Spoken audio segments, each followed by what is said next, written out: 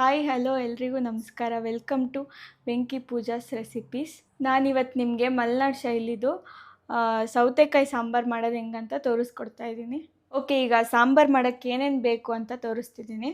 ಇದಕ್ಕೆ ಒಂದು 10 ಬ್ಯಾಡಗಿ ಮೆಣಸು ಮತ್ತು ಒಂದು ಅರ್ಧ ಸ್ಪೂನು ಜೀರಿಗೆ ಮತ್ತೊಂದು 10 ಕಾಳು ಮೆಣಸು ಮತ್ತು ಒಂದು ಸ್ವಲ್ಪ ಹುಳಿ, ಒಂದು ಸಾಂಬಾರು ಸೌತೆಕಾಯಿ ಕಟ್ ಮಾಡಿ ಇಟ್ಕೊಂಡಿರೋದು ಕ್ಯೂಬ್ಸು, ಆಮೇಲೆ ಖಾರದ ಪುಡಿ 1 ಸ್ಪೂನು, ಧನಿಯಾ ಪುಡಿ 1.5 ಸ್ಪೂನು, ಮತ್ತು ಸ್ವಲ್ಪ ಅರಿಶಿನ ಪುಡಿ, ಮತ್ತು 2 ಟೊಮೆಟೊ ಕಟ್ ಮಾಡ್ಕೊಂಡಿರೋದು, ಮತ್ತು ಒಂದು ದೊಡ್ಡ ಈರುಳ್ಳಿ, ಮತ್ತು ಬೆಳ್ಳುಳ್ಳಿ, ಮತ್ತು ಒಂದು ಅರ್ಧ ಕಪ್ಪಾಗೋಷ್ಟು ಬೇಳೆ, ಆಮೇಲೆ 1 ಕಪ್ಪು ತೆಂಗಿನಕಾಯಿ ತುರಿದಿರೋದು, ಮತ್ತು ಇದು ಒಗ್ಗರಣೆಗೆ ಸ್ವಲ್ಪ ಬೆಳ್ಳುಳ್ಳಿ ಮತ್ತು ಸಾಸಿವೆ, ಕರಿಬೇವಿನ ಸೊಪ್ಪು, ಮತ್ತಿದು ಬೇಯಿಸ್ಕೊಳ್ಳೋಕ್ಕೆ ಉದ್ದುದ್ದ ಕಟ್ ಮಾಡಿರೋ ಆನಿಯನ್ನು ಮತ್ತು ಟೊಮೆಟೊ, 1 ಆನಿಯನ್ನು ಮತ್ತು ಅರ್ಧ ಟೊಮೆಟೊ.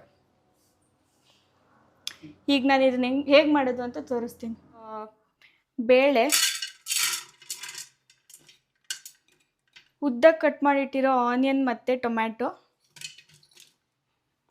ಸೌತೆಕಾಯಿ, 3 ಗ್ಲಾಸ್ ನೀರು ಹಾಕ್ಕೊಳ್ಬೇಕು. ಇದಕ್ಕೆ ಸ್ವಲ್ಪ ಒಂದು 1/4 ಸ್ಪೂನಷ್ಟು ಉಪ್ಪು ಹಾಕ್ಕೊಂಡು,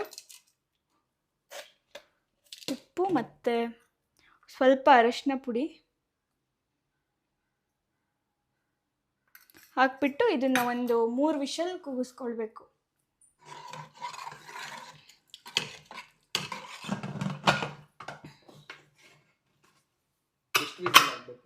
3 ವಿಷಲ್ ಆಗಬೇಕಿದ್ದು. ಇವಾಗ ನಾವು ಮಸಾಲ ರೆಡಿ ಮಾಡ್ಕೊಳ್ಳೋಣ.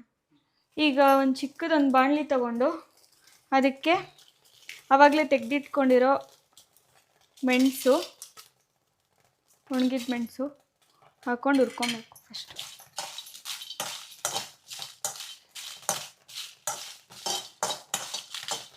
ಇದನ್ನು ನೀವು ಸ್ವಲ್ಪ ಸುಟ್ಟೋಗಿರೋ ಥರ ಸ್ಮೆಲ್ ಬರುತ್ತಲ್ಲ ಅಲ್ಲಿವರೆಗೂ ಹುರ್ಕೊಬೇಕು. ಜಾಸ್ತಿ ಸುಟ್ಟೋಗ್ಬಿಟ್ರೆ ಸಾಂಬಾರು ಕಹಿ ಆಗುತ್ತೆ, ನೋಡಿಕೊಂಡು ಹುರ್ಕೊಂಬಿಡಿ. ಈಗ ಇದು ಇಷ್ಟಾಗಿದೆ. ಇದನ್ನು ತೆಗೆದಿಟ್ಕೊಳ್ತಿದ್ದೀನಿ ಒಂದು ಪ್ಲೇಟಲ್ಲಿ. ಇದಾಗಿದ ತಕ್ಷಣ ಫ್ಲೇಮ್ನ ಫುಲ್ ಸ್ಮಾಲಿಗೆ ಇಟ್ಬಿಟ್ಟು ಜೀರಿಗೆ ಮತ್ತು ಈ ಕಾಳು ಮೆಣಸನ್ನು ಹಾಕ್ಕೊಳ್ಬೇಕು.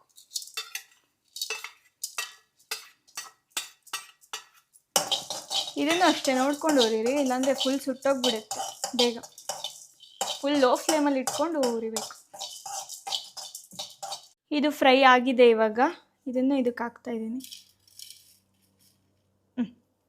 ಇವಾಗ ರುಬ್ಬಕ್ಕೆ ಏನೇನು ಬೇಕು ಅಂತ ತೋರಿಸ್ತೀನಿ ಬನ್ನಿ. 1 ಕಪ್ಪು ತುರಿದಿರೋ ತೆಂಗಿನಕಾಯಿ, ಇವಾಗ ಹುರಿದಿಟ್ಟಿರೋ ಜೀರಿಗೆ ಮತ್ತು ಕಾಳು ಮೆಣಸು ಮತ್ತು ಒಣಮೆಣಸು,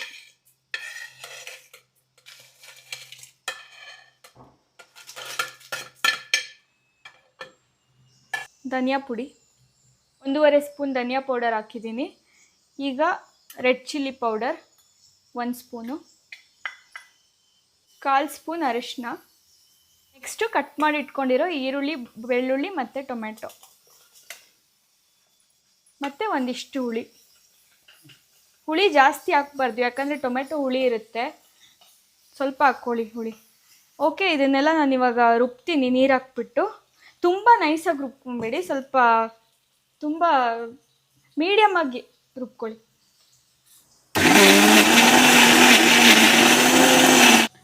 ಓಕೆ, ಇವಾಗ ಮಸಾಲ ರೆಡಿಯಾಗಿದೆ. ಇಷ್ಟು ರುಬ್ಕೊಳ್ಳಿ ಸಾಕು, ತುಂಬ ನೈಸಾಗಿ ರುಬ್ಕೊಳ್ಬೇಡಿ.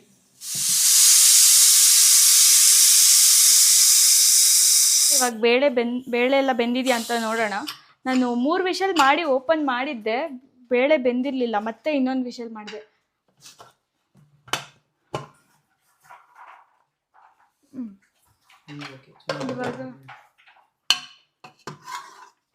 ಇವಾಗ ಬೇಳೆ ಎಲ್ಲ ಚೆನ್ನಾಗಿ ಬೆಂದಿದೆ ನೋಡಿ.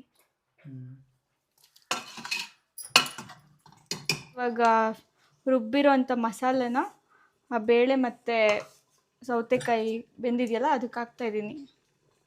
ಈಗ ಸ್ಟವ್ ಆನ್ ಮಾಡ್ಕೊಂಬಿಡಿ.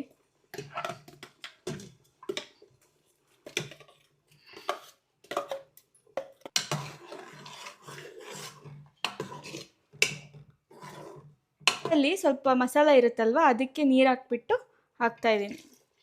ಇದಕ್ಕೆ ನೀರು ನಿಮಗೆ ಎಷ್ಟು ಬೇಕೋ ಅಷ್ಟು ಹಾಕ್ಕೊಳ್ಳಿ. ಎಷ್ಟು ಗಟ್ಟಿ ಬೇಕಾದರೆ ಸ್ವಲ್ಪ ಕಡಿಮೆ ನೀರು ಹಾಕ್ಕೊಳ್ಳಿ, ಸ್ವಲ್ಪ ನೀರು ಹಾಕಬೇಕಾದ್ರೆ ಜಾಸ್ತಿ ನೀರು ಹಾಕ್ಕೊಳ್ಳಿ.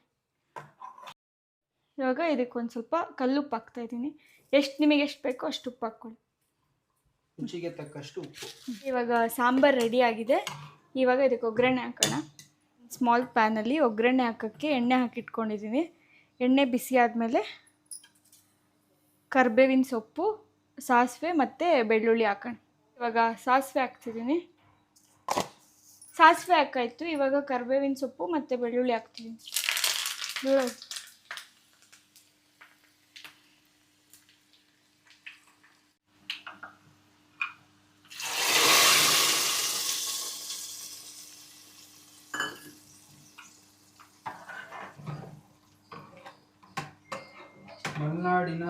ಮಲೆನಾಡು ಶೈಲಿಯ ಸಾಂಬಾರ್ ರೆಡಿ, ಸಿದ್ಧವಾಗಿದೆ. ಈಗ ಊಟ ಮಾಡೋಣ ಬನ್ನಿ.